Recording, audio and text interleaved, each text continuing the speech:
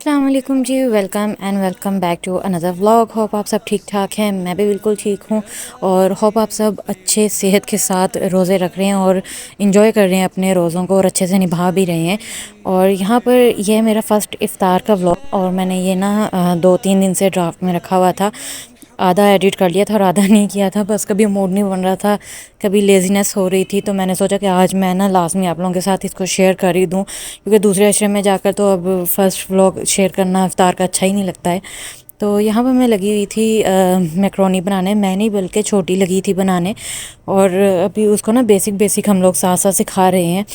मतलब कि कभी कोई जिस तरह ऑमलेट बनाना सिखा दी मैक्रोनीज़, और इस तरह ना फ़ास्ट फूड या छोटी छोटी आइटम्स उसको कुक करनी हम लोग सिखा रहे हैं।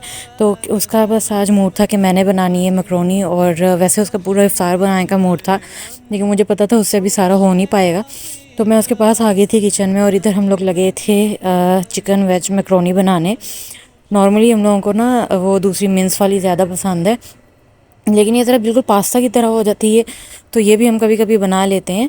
यहाँ पर मैं 500 ग्राम ले रही थी मैक्रोनी, और जब ये लेने गए थे ना तो मैं और मम्मा गए थे, और वहाँ पर मम्मा को पसंद आती है छोटे साइज़ की मैक्रोनी। और जब हम लोग ने ली ना तो वहाँ पे ऐसे ही लग रहा था जैसे सी शेप छोटी छोटी मैक्रोनी होती है, लेकिन अब जब मैं बॉईल करने लगी तो मैंने देखा कि ये तो बाकायदा स्प्रिंग्स की शेप में बना हुआ है, ये पास्ता वाला है। तो फिर भी मैंने कहा चलो अब आ गई है तो अब क्या कर सकते हैं। बहुत भी ये बड़ी नहीं थी, कि होता है ना कि वो फूल बहुत बड़ी हो जाती है, वो मम्मा को नहीं अच्छी लगती। लेकिन अब ये हम लोग गलती से ले आए थे, अब नेक्स्ट हम लोग दूसरी लेकर आएंगे जो कोल्सन्स वालों की होती है। एटलीस्ट वो उसमें आपको ना क्लियर पता चल जाता है कि कौन से वाली शेप्स की हैं। शाम हो रही थी असल में, और हमने बाहर से ली थी, स्टॉल पर लगी हुई थी, तो तब पता ही नहीं चला ना कि हम लोग ने शेप गलत ले ली है। यहाँ पर मैंने इसको बॉईल करके ना, और इसका पानी मैंने ड्रेन करके रख दिया था, और इसके ऊपर से मैंने पानी डाल दिया था ताकि ये जुड़े नहीं। यहाँ पे मैं प्याज काटने लग गई थी। इस टाइम ना मैंने छोटी को साथ खड़ा ही किया हुआ था, क्योंकि जब आप किसी को सिखा रहे होते हो ना, ख़ासतौर पे किसी को न्यूबी को सिखा रहे होते हो ना, तो मेन उनका काम ये होता है कि आधा तो आपको नोट ही करते हैं खड़े होकर और साथ बातें करते हैं। उतने में आधा काम तो आप खुद ही निपटा लेते हो कि बताने में ज़्यादा टाइम लग जाएगा, या कोई चीज़ ख़राब ना हो जाए, या नाइफ़ ना लगवा लें हाथ पे। तो फिर मैं पास खड़ी होकर साथ कटिंग कर रही थी और साथ उसको गाइड कर रही थी कि क्या क्या चीज़ें हम लोग ऐड करेंगे, क्या क्या चीज़ें निकाल के रखो, और कितनी कितनी क्वांटिटी हमें लेनी होगी। और जब बहनें किचन में खड़ी हों तो ज़्यादा तो बातें ही होती हैं और काम कम होता है। तो बस वही वाला सीन हमारा भी चल रहा था अभी, जितने में मैं प्याज को ऑलमोस्ट चॉप कटिंग कर रही थी।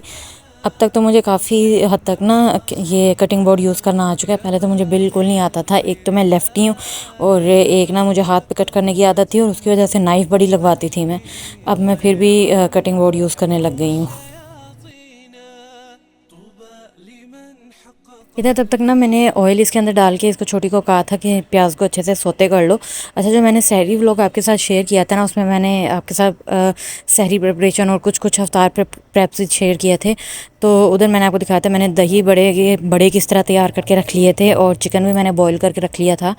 तो ये ऑब्वियसली उसके नेक्स्ट डे का व्लॉग है, तो हमने इसको चिकन को निकाल के श्रेड कर लिया था। ये इसको टोटली हम लोगों ने टेंडर कर लिया था, ताकि फ्रिज में रखने के बाद भी ना ज़रा सा भी हार्ड ना रहे, तो वो च्यू करने में ज़रा बबल गम टाइप ना फील हो। तो इधर उसको मैंने रखा हुआ था प्याज को सोते करने के लिए, और जितना आपको स्टर करना होता है उससे ज़्यादा ही स्टर कर रही थी, क्योंकि न्यू है तो उसको एक्साइटमेंट थी बस के बाबा मैंने मिक्सी किए जाना है। और जिंजर गार्लिक इसके अंदर मैं पेस्ट डाल रही हूँ। मैं ना कुछ खानों में जिंजर गार्लिक का पेस्ट थोड़ा ज़्यादा डाल रही हूँ, और उसकी वजह से ना मेरी क्लास आजकल बड़ी लगी हुई है मम्मा से। तो यहाँ ज़रा मैंने हाथ को रोक कर डाला था, क्योंकि फिर 4 दिन भी गुजर जाए ना तो मम्मा को याद होता है कि इसने ये खाने में ये गड़बड़ की थी। तो फिर जब उनको याद आता है ना तब तक मुझे डांट पड़ती रहती है। तो अब मैंने इस दफ़ा ना बड़ा हाथ रोक के डाला था, मैंने कहा रोज़ा है सबका, तो वो ना इफ्तार पर ही शामत आ जाए।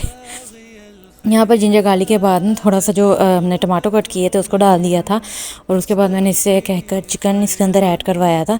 थोड़ा थोड़ा सा ना चिकन का इसके अंदर जो सूप हमने इसको बॉईल करके बनाया था ना, थोड़ा सा इसके अंदर वो भी हमने रहने दिया था, वो भी इसके अंदर साथ ही चला गया था।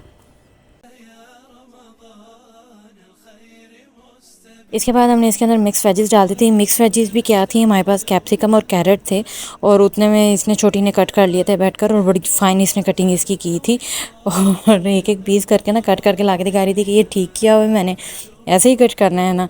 तो वो ये इसने मोस्टली चीज़ें तैयार की थी, तो अब डेफिनेटली क्रेडिट इसी को ही देंगे कि एक तो ये मिक्स बहुत ज़्यादा कर रही है, और एक ये कि इसके अंदर जितने भी इंग्रेडिएंट्स डले हैं उनकी प्रिपरेशन इसी ने की है, चॉपिंग वगैरह भी इसी ने ही करके रखी हुई है। तो मैं यहाँ से पास से बस इसकी हेल्प ही करा रही थी। मैंने यहाँ पर ना एक क्वार्टर ये जो प्याली है ना, मैंने इसकी ले ली थी, सोया सॉस की ले ली थी, विनेगर की ले ली थी और चिली सॉस की ले ली थी। सब अपने अपने टेस्ट के अकॉर्डिंग इसके अंदर चीज़ें ऐड करते हैं, क्या क्या इंग्रेडिएंट्स चाहिए होते हैं। हम लोग पसंद है ज़रा ना चटपटा सी, थोड़ी सी तीखी। हमारे घर में मैक्रोनी थोड़ी सी स्पाइसी सारे पसंद करते हैं, तो बहुत ज़्यादा भी स्पाइसी नहीं।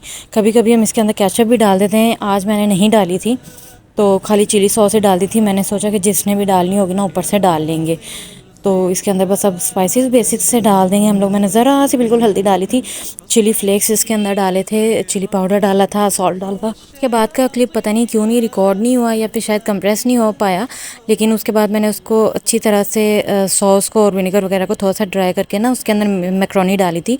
और जब मैंने मैक्रोनी डाली ना, तो उसको अपने हाथ से थोड़ा सा टेटर कर लिया था, क्योंकि वो जुड़ जाती है, तो उसको अपने हाथ से थोड़ा सा अलग अलग कर दिया था मैंने, और डायरेक्ट लैडल नहीं मारा था, क्योंकि वो फिर बुरी लगती है, थोड़ी सी कहीं से टूटी होती, थोड़ी कहीं से।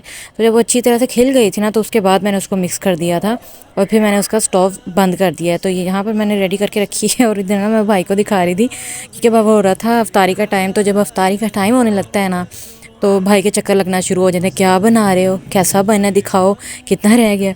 तो बस इस तरह का हमारा चलता रहता है, और ये हमारा शुरू से ही है। जब भी किचन में होते ना, चाहे मैं हूँ चाहे मम्मा है, तो भाई का चक्कर लगता ही लगता होता है, क्या बना रहे हो, कैसा बना रहे हो, किस तरह की लुक है, दिखाओ। तो क्योंकि उसको बहुत शौक है बनाने का भी और खाने का भी ना, वो हमारा खुद का कुकिंग वाला बंदा है। तो मैं उसे दिखा रही थी कि किस तरह की इसकी फ़ाइनल लुक आई है, और वो देख के कह रहा था कि बहुत ज़बरदस्त लग रही है, और खुशबू भी बड़ी अच्छी थी, थोड़ी सी सॉस की और विनेगर की और इसकी चिली सॉस की भी ना मिली जुली सी बड़ी खट्टी खट्टी सी खुशबू फैली हुई थी, तो बड़ा अच्छा लग रहा था। अच्छा, यहाँ पे मैंने आपको दिखाया था अपने शहरी वाले व्लॉग में कि मैंने किस तरह बड़ों का मिक्सचर तैयार करके रख दिया था माश की दाल से। तो यहाँ पर अब मैं इनको फ्राई कर रही हूँ। मैंने जिसका बताया था प्रीवियस व्लॉग में, वो मिक्सचर पड़ा पड़ा जब थिक हो गया था ना, तो उसके अंदर मैंने थोड़ा सा नीम गर्म पानी डाल के उसको अच्छे से मिक्स कर लिया था। तो फिर वो बैटर की कंसिस्टेंसी ना सही नॉर्मल हो गई थी, क्रीमी हो गई थी, वरना बड़े बड़े फूल जाता है, क्योंकि उसके अंदर हमने बेकिंग सोडा ऐड किया होता है।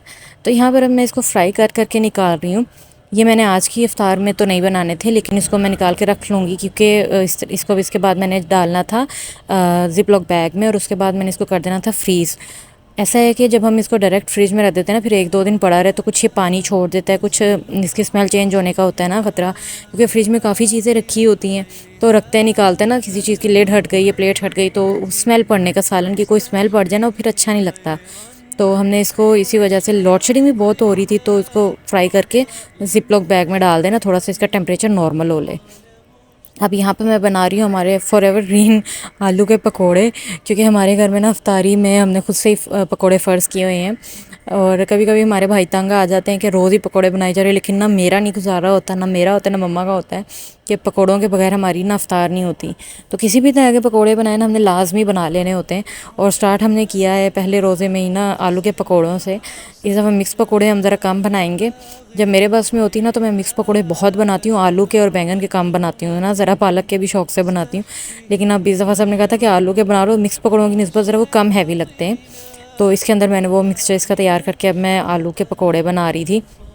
और ये पास है ना, ग्रेटर से ही वो भाभी ने स्लाइसर से ही आलू स्लाइस कर दिए थे, बड़े बारीक बारीक बड़े फ़ाइन हो गए थे। और नाइफ़ से ज़रा होता है कि फिर भी थोड़ी सी कमी पेशी हो जाती है, लेकिन ये बड़े इवन आए थे स्लाइसेस ना।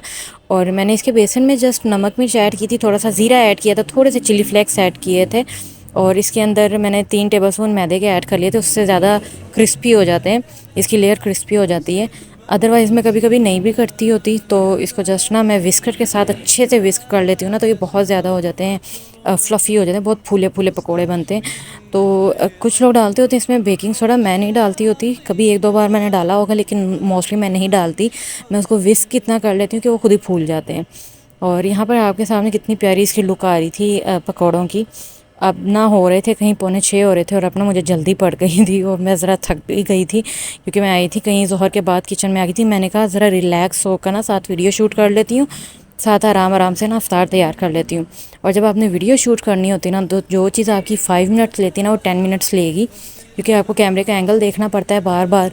कभी आप रिकॉर्डिंग ऑन करना ही भूल जाते हो, और कभी आपका हाथ रुक रहा होता है, तो कभी आप ट्राइपॉड के स्टैंड को कहीं रखते हो, कभी कहीं रखते हो ना, तो हाथ रुकता है आहिस्ता आहिस्ता। और बेशक आप यूज़ टू भी हो, तो फिर भी आपको थोड़ा टाइम लग जाता है। अब मैं on end of vlog shoot करती हूँ, रेगुलर तो नहीं करती, लेकिन फिर भी इतनी सी ना मुझे आदत हुई है, फिर भी हाथ रुक ही जाता है मेरा। अब मैं यहाँ पर आपको दिखा देती हूँ मैकरोनी की फ़ाइनल लुक। मुझे दुख बड़ा होता है जब मेरा कोई रिकॉर्ड किया क्लिप मिस हो जाता है ना। वो बड़ा अच्छा एंगल आ रहा था, लेकिन चलो अब कोई बात नहीं, अब नहीं रिकॉर्ड हुआ तो फिर क्या करें। और यहाँ पर अब मैं इसकी फ़ाइनल लुक आपको दिखा रही हूँ। और साथ में हमने भाभी ने बनाए थे स्प्रिंग रोल का मिक्सचर रेडी किया, तो हमने एक दिन पहले बना के फ्रीज़ कर लिए थे, उनको डीप फ्रोज़ करके हमने फ्राई कर लिया था। और यहाँ पर हमारी अफ्तारी की अब फाइनल लुक मैं आपको दिखा देती हूँ फटाफट से। अब रोज़ा खुलने वाला था, तो मैंने कहा एक क्विक सी ग्लिम्स आपको दे दूँ, कहीं मैं ये भी ना मिस कर दूँ फिर। और अगर आपको ये व्लॉग अच्छा लगा है तो वीडियो को लाइक कर दें और चैनल को कर दें सब्सक्राइब। और मैं एक दिन के बाद एक और व्लॉग के साथ आपसे मिलती हूँ। Thank you so much for watching. अपना बहुत ज़्यादा ख्याल रखें। अल्लाह हाफिज़।